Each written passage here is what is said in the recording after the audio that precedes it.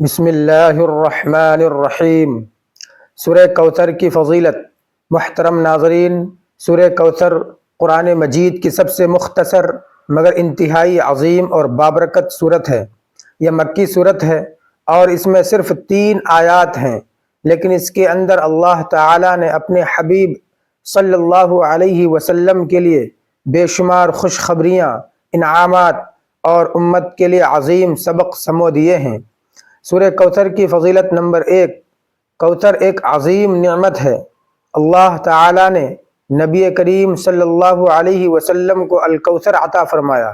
مفسرین کے مطابق کوثر سے مراد جنت کی ایک نہر ہے جو بے حد خوبصورت اور نعمتوں سے بھرپور ہے۔ اس کا پانی دودھ سے زیادہ سفید اور شہد سے زیادہ میٹھا ہوگا۔ یہ نبی صلی اللہ علیہ وسلم کا خاص انعام ہے۔ نمبر 2، جنت کی نہر کا وعدہ۔ حضرت انس رضی اللہ تعالی عنہ سے روایت ہے کہ رسول اللہ صلی اللہ علیہ وسلم نے فرمایا کہ کوثر جنت کی ایک نہر ہے جو اللہ نے مجھے عطا فرمائی ہے۔ اس سے معلوم ہوتا ہے کہ یہ صورت نبی صلی اللہ علیہ وسلم کی شان و عظمت کو ظاہر کرتی ہے۔ نمبر 3، دشمنوں کی رسوائی کا اعلان۔ اس صورت میں اللہ تعالی نے فرمایا کہ جو لوگ نبی صلی اللہ علیہ وسلم سے دشمنی رکھتے ہیں وہی دراصل نامراد اور بے نام و نشان ہوں گے۔ یہ اللہ کی طرف سے نبی صلی اللہ علیہ وسلم کے لیے ایک بڑی تسلی ہے۔ نمبر 4، نماز اور قربانی کی تاکید۔ اس صورت میں حکم دیا گیا بس آپ اپنے رب کے لیے نماز پڑھیں اور قربانی کریں۔ اس سے معلوم ہوتا ہے کہ اللہ کی نعمتوں کا شکر ادا کرنے کا بہترین طریقہ عبادت اور قربانی ہے۔ نمبر 5، کثرت خیر کی بشارت۔ الکوثر کا مطلب ہی ہے بہت زیادہ خیر۔ اس صورت سے یہ پیغام ملتا ہے کہ اللہ تعالیٰ اپنے نیک بندوں کو بے شمار نعمتیں عطا فرماتا ہے، چاہے دنیا میں ہو یا آخرت میں۔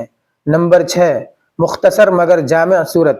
یہ صورت ہمیں سکھاتی ہے کہ اللہ کی رضا حاصل کرنے کے لیے زیادہ الفاظ نہیں بلکہ اخلاص اور سچائی ضروری ہے۔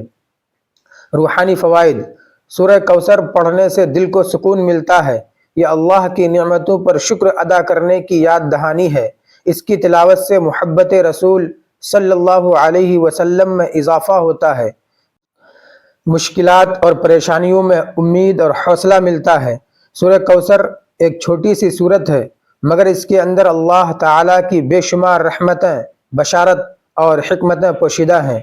یہ ہمیں شکر، عبادت اور صبر کا درس دیتی ہے اور یہ یقین دلاتی ہے کہ اللہ اپنے محبوب بندوں کو کبھی تنہا نہیں چھوڑتا۔ سورہ کوثر کا ترجمہ۔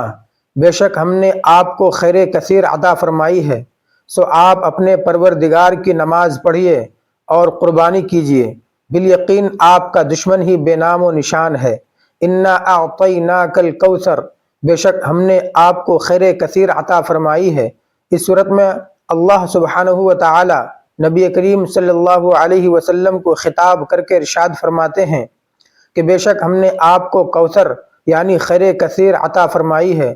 اللہ سبحانہ و تعالی نے نبی کریم صلی اللہ علیہ وسلم کو جس خیر کثیر سے سرفراز فرمایا وہ اس دنیا میں اس طرح ظاہر ہوئی کہ آپ صلی اللہ علیہ وسلم کا مبارک نام ہر جگہ بلند کیا جا رہا ہے۔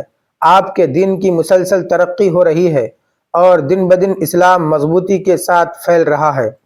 نبی کریم صلی اللہ علیہ وسلم کی نبوت کے بعد 1400 سال کا عرصہ گزر گیا، اس کے باوجود دین اسلام دن بدن پھیل رہا ہے اور بہت سے لوگ دامن اسلام میں داخل ہو رہے ہیں۔ یہ سب اس خیر کثیر میں داخل ہے جس سے اللہ تعالیٰ نے نبی کریم صلی اللہ علیہ وسلم کو نوازا ہے۔ مزید یہ کہ اللہ تعالیٰ نے ہمارے آقا و مولا صلی اللہ علیہ وسلم کو آخرت میں بھی خیر کثیر سے نوازا ہے۔ آپ کی خیر کثیر آخرت میں اس طرح ظاہر ہوگی کہ آپ کی امت کی تعداد دوسری تمام امتوں سے زیادہ ہوگی، بلکہ آپ کی امت کی تعداد تمام امتوں کی مجموعی تعداد سے بھی زیادہ ہوگی۔ نبی کریم صلی اللہ علیہ وسلم نے ارشاد فرمایا کہ اہل جنت 120 صفوں میں ہوں گے۔ ان 120 صفوں میں سے 80 صفیں آپ کی امت کی ہوں گی، یعنی نبی کریم صلی اللہ علیہ وسلم کی امت اہل جنت کے 2/3 میں سے ہوں گے۔ اس کے علاوہ اللہ سبحانہ و تعالی حضرت رسول خدا صلی اللہ علیہ وسلم کو انتہائی بلند مقام محمود عطا فرمائیں گے۔ مقام محمود آخرت میں ایک خاص مقام اور مرتبہ ہے جو اللہ تعالیٰ صرف آپ صلی اللہ علیہ وسلم کو تمام مخلوق میں سے مرحمت فرمائیں گے۔ اس خصوصی مرتبہ پر فائز ہونے کی وجہ سے قیامت کے دن آپ صلی اللہ علیہ وسلم تمام انسانوں کے لیے اللہ تعالیٰ کے سامنے سفارش کریں گے کہ ان کا حساب شروع کیا جائے۔ اسی طرح اللہ تعالیٰ نے نبی کریم صلی اللہ علیہ وسلم کو تمام انبیاء اور رسولوں کے امام ہونے کا شرف عطا فرمایا ہے۔ چنانچہ قیامت کے دن سارے انبیاء اور رسول نبی کریم صلی اللہ علیہ وسلم کے جھنڈے کے نیچے ہوں گے، جب آپ صلی اللہ علیہ وسلم تمام بنی آدم کے لیے سفارش فرمائیں گے۔ اس سلسلے میں آپ صلی اللہ علیہ وسلم کا ارشاد ہے کہ میں حضرت آدم علیہ السلام کی اولاد کا سردار ہوں اور قیامت کے دن حمد کا جھنڈا میرے ہاتھ میں ہوگا، اور میرے پیچھے حضرت آدم علیہ السلام ہوں گے اور ان کی ساری اولاد ہوں گی۔ اللہ تعالیٰ نے نبی کریم صلی اللہ علیہ وسلم کو آخرت میں جس خیر کثیر سے سرفراز فرمایا ہے اس میں حوض کوثر بھی داخل ہے۔ نبی کریم صلی اللہ علیہ وسلم اس حوض کوثر سے اپنی امت کو پانی پلائیں گے۔ اس آیت کریمہ میں اللہ تعالیٰ نے فرمایا کہ بے شک ہم نے آپ کو کوثر خیر کثیر عطا فرمائی ہے۔ لفظ کوثر کا لفظی معنی خیر کثیر ہے، لہٰذا حوض کوثر بھی اس خیر میں داخل ہے جس سے اللہ تعالیٰ نے نبی کریم صلی اللہ علیہ وسلم کو نوازا ہے۔ قیامت کے دن آپ صلی اللہ علیہ وسلم کی امت آپ کے پاس آئے گی اور آپ ان کو حوض کوثر سے پانی پلائیں گے جو دودھ سے زیادہ سفید اور شہد سے زیادہ میٹھا ہوگا۔ حدیث شریف میں آیا ہے کہ حوض کوثر کے برتن کی تعداد آسمان کے ستاروں کی تعداد کے برابر ہوں گے۔ جو لوگ آپ کے دست مبارک سے حوض کوثر کا پانی پینے کا شرف حاصل کریں گے انہیں دوبارہ کبھی بھی پیاس نہیں لگے گی۔ البتہ قیامت کے دن نبی کریم صلی اللہ علیہ وسلم کچھ لوگوں کو دیکھیں گے اور ان کو اپنی امت میں سے سمجھیں گے، لیکن آپ صلی اللہ علیہ وسلم دیکھیں گے کہ فرشتے ان کو اپنے حوض کوثر سے ہٹا کر بھگائیں گے اور ان کو آپ کے دست مبارک سے پانی پینے نہیں دیں گے۔ تو نبی کریم صلی اللہ علیہ وسلم ان فرشتوں سے پوچھیں گے تم ان کو میرے حوض کوثر سے کیوں روک رہے ہو؟ یہ تو میری امت میں سے ہیں۔ فرشتے جواب دیں گے کہ آپ نہیں جانتے کہ ان لوگوں نے آپ کے اس دنیا سے جانے کے بعد کیا کیا۔ یہ لوگ دین اسلام سے پھر گئے اور نیا مذہب اختیار کر لیا۔ یہ وہ لوگ ہیں جو آپ صلی اللہ علیہ وسلم کے زمانہ میں مسلمان تھے، لیکن آپ کی وفات کے بعد وہ اسلام سے پھر گئے اور مرتد ہو گئے۔ اللہ تعالی ہمیں ایسے لوگوں کی طرح ہونے سے بچائے۔ فَصَلِّ لِرَبِّكَ وَانْحَرْ، سو آپ اپنے پروردگار کی نماز پڑھیے اور قربانی کیجیے۔ پہلی آیت کریمہ میں اللہ تعالیٰ نے نبی کریم صلی اللہ علیہ وسلم کو ان نعمتوں کی خبر دی ہے جن سے اللہ تعالیٰ نے نبی کریم صلی اللہ علیہ وسلم کو سرفراز فرمایا ہے۔ اس میں کوئی شک نہیں کہ اللہ تعالیٰ نے اپنے حبیب صلی اللہ علیہ وسلم کو ایسی عظیم نعمتوں سے نوازا ہے جن سے اللہ تعالیٰ نے کسی اور انسان کو نہیں نوازا ہے۔ لہذا اس آیت میں نبی کریم صلی اللہ علیہ وسلم کو حکم دیا گیا ہے کہ ان نعمتوں کے شکریہ کے طور پر آپ نماز پڑھنے سے اور قربانی ادا کرنے سے اللہ تعالیٰ کی طرف متوجہ ہو جائیں۔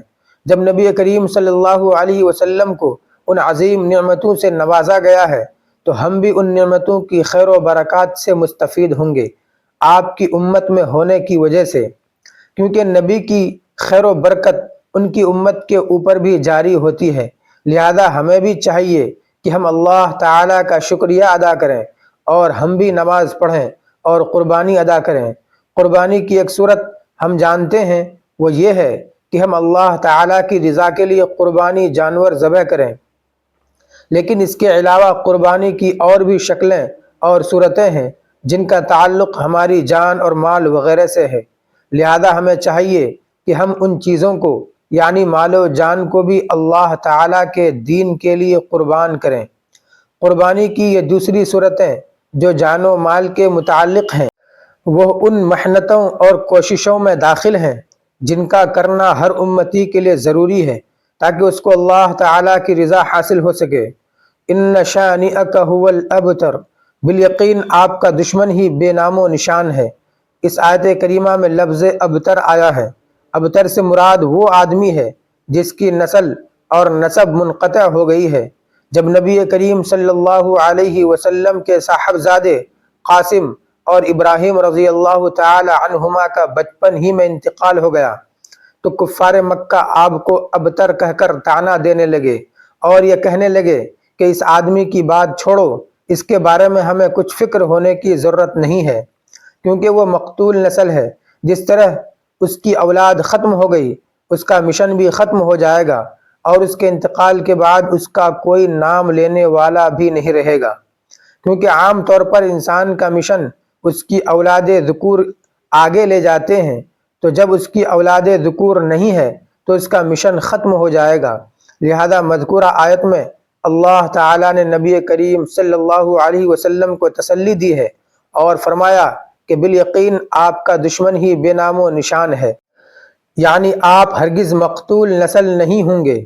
دوسرے لفظوں میں یوں کہا جائے کہ اللہ تعالیٰ نے آپ سے فرمایا ہے کہ آپ کا اسم گرامی، آپ کی عزت، آپ کا مشن اور وہ تمام نعمتیں جن سے اللہ تعالیٰ نے آپ کو نوازا ہے اپنے لیے اور اپنی امت کے لیے وہ نعمتیں قیامت تک باقی رہیں گی۔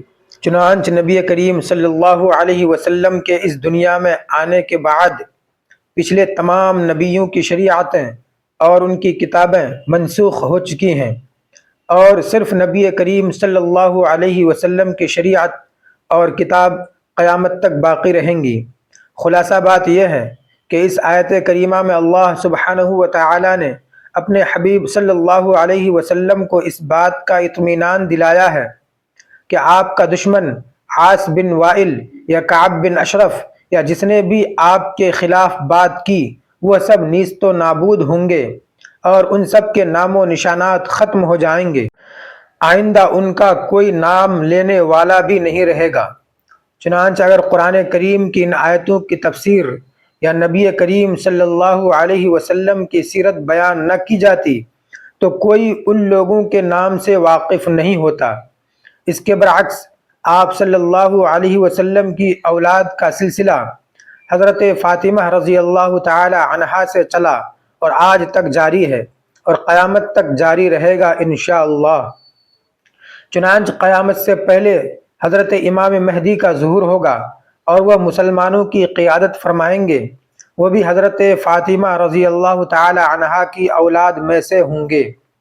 دوسری بات یہ ہے کہ ہر انسان اس وجہ سے اولاد چاہتا ہے کہ اس کی موت کے بعد اس کی اولاد اس کے کام اور مشن کو آگے لے جائے تاکہ اس کا کام اور مشن دنیا میں اس کی موت کے بعد مزید پھیل سکے، یہاں تک کہ اسے آخرت میں زیادہ سے زیادہ ثواب مل سکے۔ لہٰذا جب ہم اس بات کو اس پہلو سے دیکھتے ہیں تو معلوم ہوتا ہے کہ آپ صلی اللہ علیہ وسلم کی امت آپ کی روحانی اولاد ہیں اور آپ کے مشن کو آگے لے جاتے ہیں، کیونکہ وہ آپ کی تصدیق کرتی ہیں، آپ کے دین پر عمل کرتی ہیں، آپ کے پیغام کو پوری دنیا میں پھیلانے کی سعی کرتی ہیں، اور یہ سلسلہ قیامت تک چلتا رہے گا اور بڑھتا رہے گا۔ ہمارا مشاہدہ ہے کہ پورے عالم میں لاکھوں اور کروڑوں لوگ اپنے آقا و مولا نبی کریم صلی اللہ علیہ وسلم کے لیے اپنی جان و مال، عزت و آبرو ہر وقت قربان کرتے ہیں اور ہر وقت قربان کرنے کے لیے تیار رہتے ہیں۔ اس میں کوئی شک نہیں ہے کہ دنیا کی سب سے افضل شخصیت نبی کریم صلی اللہ علیہ وسلم کی ذات اقدس ہے، اور آپ کی لائی ہوئی کتاب قرآن کریم پوری دنیا میں سب سے زیادہ پڑھی جانے والی کتاب ہے۔ لہذا اللہ تعالیٰ نے آپ کو سب سے زیادہ عزت عطا فرمائی اور اللہ تعالیٰ نے آپ کے دشمنوں کے نام و نشان کو نیست و نابود کر دیا اور ان کو صفحہ ہستی سے مٹا دیا ہے۔ اس صورت سے ہمیں یہ ایک اہم سبق ملتا ہے کہ اگر ہم کوئی کار خیر دیکھیں تو ہمیں چاہیے کہ ہم اس کار خیر میں تعاون کریں اور ہر ممکن طریقہ سے اس کار خیر کو پھیلائیں۔ اگر ہم ایسا کریں گے تو ہمارا بھی اس کار خیر میں حصہ ہوگا۔ اس کے برخلاف اگر ہم اس کار خیر پر اعتراض کریں گے اور اس کے لوگوں پر تنقید کریں گے اور ان کو روکنے کی کوشش کریں گے تو ہم بھی عاص بن وائل وغیرہ کی طرح ہوں گے، جنہوں نے آپ صلی اللہ علیہ وسلم کو روکنے کی کوشش کی اور اپنا دین پھیلانے کی وجہ سے آپ کو طعنہ دیا ہے۔ اگر ہم عاص بن وائل وغیرہ کی پیروی کریں گے جو آپ صلی اللہ علیہ وسلم کے دشمن تھے تو اس کی طرح ہمارا نام و نشان بھی مٹ جائے گا۔ لیکن اگر ہم سنت نبوی کی پیروی کریں گے اور ہر ممکن طریقہ سے دین اور سنت کی اشاعت کرنے والوں کا تعاون کریں گے تو اللہ تعالی ہمارا نام ہماری وفات کے بعد بھی زندہ رکھیں گے اور ہمارے اچھے کاموں کو پوری دنیا میں پھیلائیں گے۔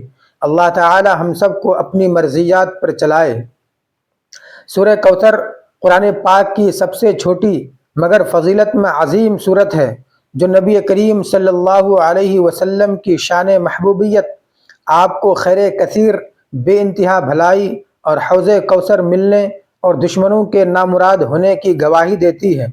یہ صورت دلی سکون، دشمن کی زبان بندی، رزق میں برکت اور روحانی بیماریوں کے علاج کے لیے انتہائی مؤثر مانی جاتی ہے۔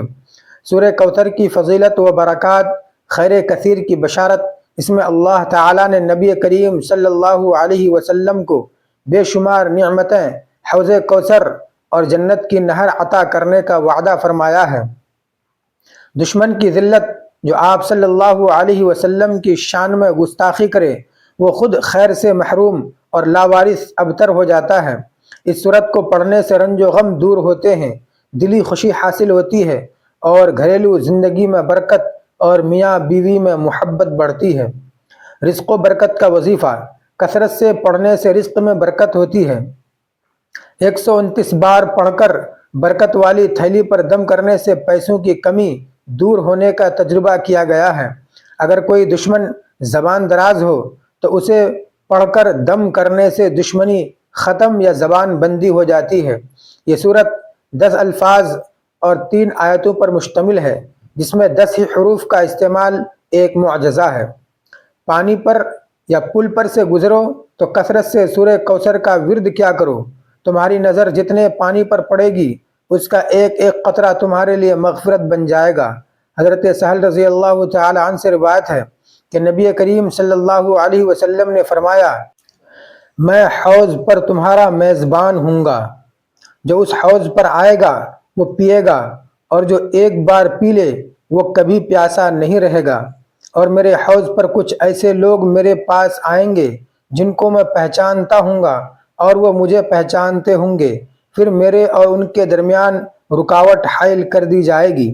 آپ صلی اللہ علیہ وسلم فرمائیں گے، یہ میرے پیروکار ہیں، تو کہا جائے گا آپ صلی اللہ علیہ وسلم نہیں جانتے کہ انہوں نے آپ صلی اللہ علیہ وسلم کے بعد کیا کیا ہے۔ میں کہوں گا جن لوگوں نے میرے بعد دین میں تبدیلی کی ان سے دوری ہو دوری ہو۔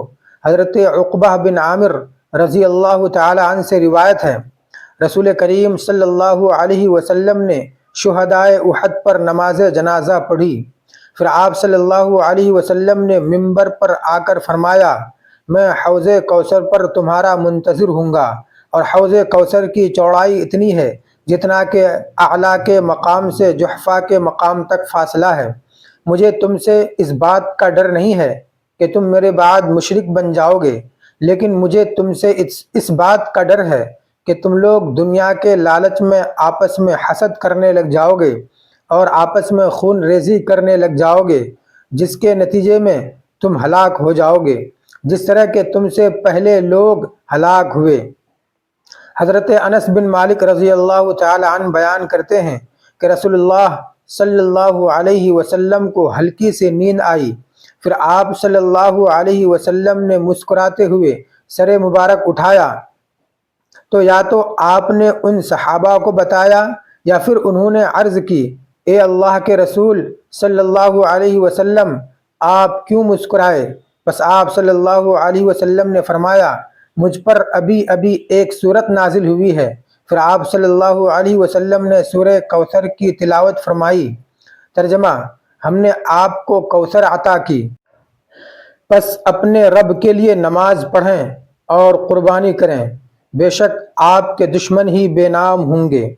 جب آپ نے اس سورت کی تلاوت فرمائی تو پوچھا کیا تمہیں معلوم ہے کہ کوثر کیا چیز ہے؟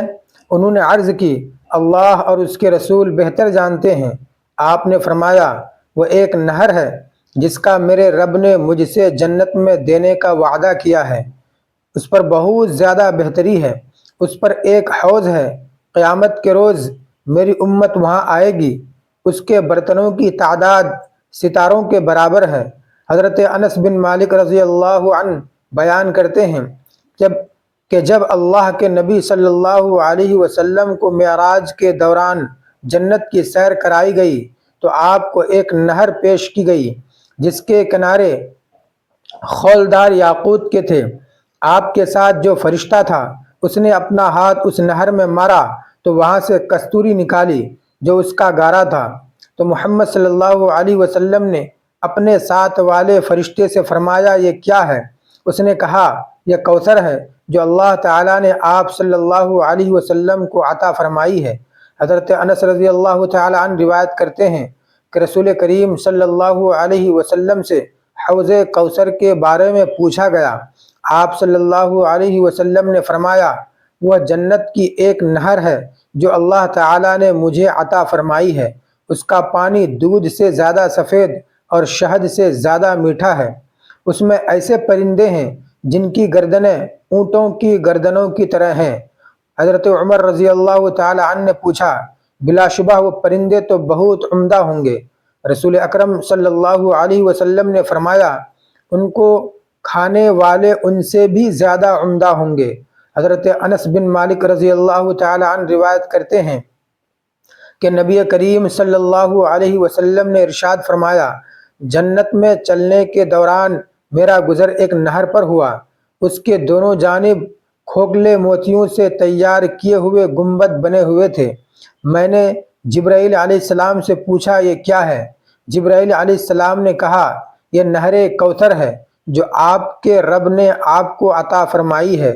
میں نے دیکھا کہ اس کی مٹی جو اس کی تہ میں تھی وہ نہایت مہکنے والی مشک تھی۔ محترم ناظرین، یوں تو قرآن حکیم کا ایک ایک حرف اپنے اندر بے شمار فضیلتیں رکھتا ہے اور قرآن کریم کا ایک ایک نقطہ مقدس اور قابل احترام ہے، لیکن سورہ کوثر کی خصوصیات اپنے اندر بہت ہی زبردست انفرادیت رکھتی ہے اور اس کی تلاوت کرنے سے بہترین فوائد حاصل ہوتے ہیں۔ اگر آپ کو دشمنوں سے خوف کا احساس ہو تو قرآن پاک کی اس مختصر ترین سورت کی تلاوت کریں، اللہ تعالیٰ آپ کی حفاظت فرمائے گا۔ لہذا اس سورت کو پڑھنے کا فائدہ یہ ہے کہ دشمنوں سے اللہ تعالیٰ کی حفاظت ہو جائے گی۔ جو شخص سورہ کوثر روزانہ باقاعدگی سے پڑھے گا اللہ تعالیٰ اس کے رزق کو بڑھا دے گا اور اس کے مال کی چوری سے بچا لے گا۔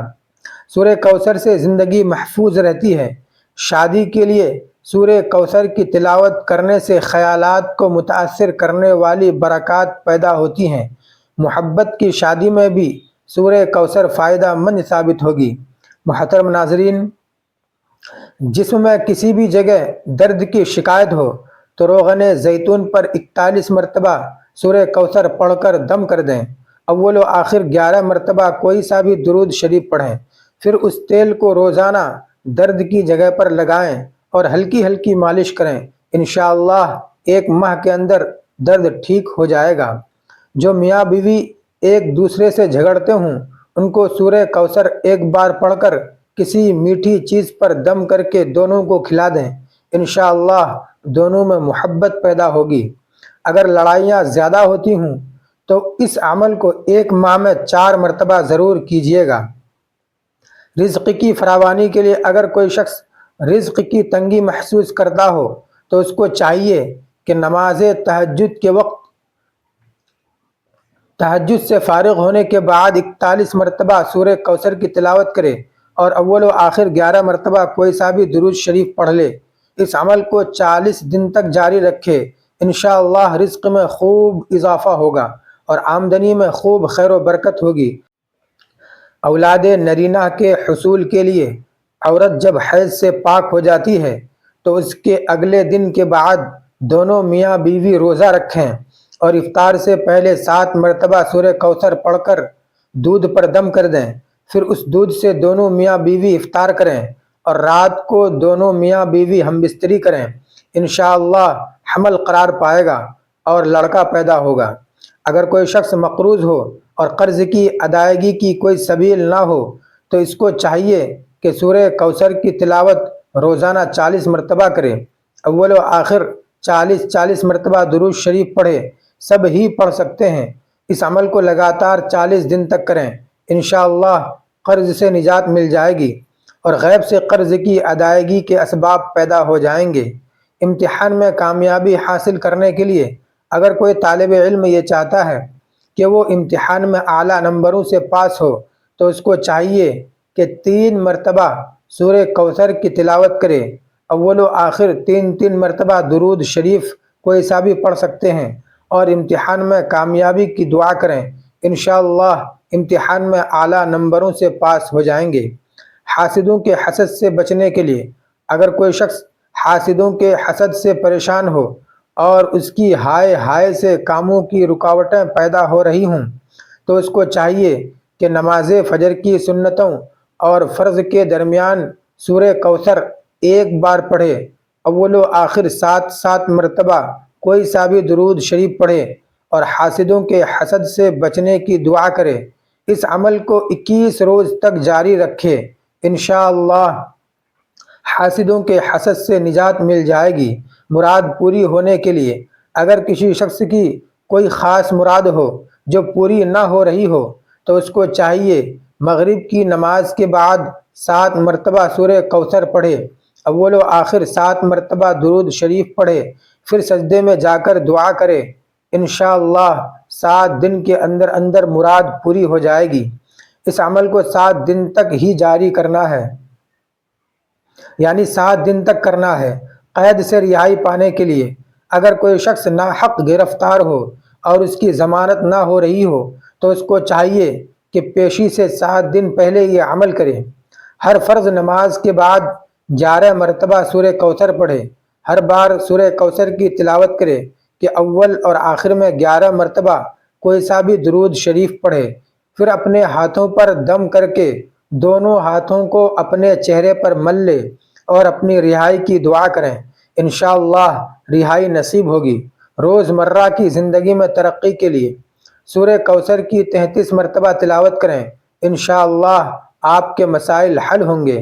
صاحب مال اور صاحب وقار بننے کے لیے اگر کوئی شخص صاحب مال اور صاحب وقار بننے کا خواہش مند ہو تو جمعہ کے دن نماز جمعہ سے فارغ ہونے کے بعد 2 رکعت نماز اس طرح پڑھے کہ ہر رکعت میں سورہ فاتحہ کے بعد سورہ کوثر پڑھے، انشاءاللہ اس عمل کو پابندی سے کرے، دولت بھی بڑھے گی اور عزت و وقار میں بھی زبردست اضافہ ہوگا۔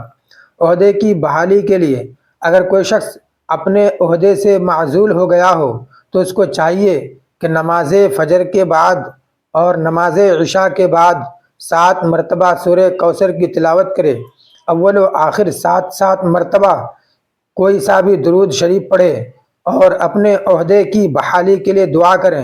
لڑکی کی جلدی شادی کرنے کے لیے یا شادی نہ ہو رہی ہو تو اگر کسی لڑکی کی شادی نہ ہوتی ہو اور اچھے رشتے نہ آتے ہوں تو لڑکی کو چاہیے کہ جمعہ کے دن عشاء کی نماز کے بعد 41 مرتبہ سورہ کوثر کی تلاوت کرے، اول و آخر 11 مرتبہ درود شریف پڑھے اور اپنی شادی کی دعا کریں، انشاءاللہ اچھے رشتے آنا شروع ہو جائیں گے۔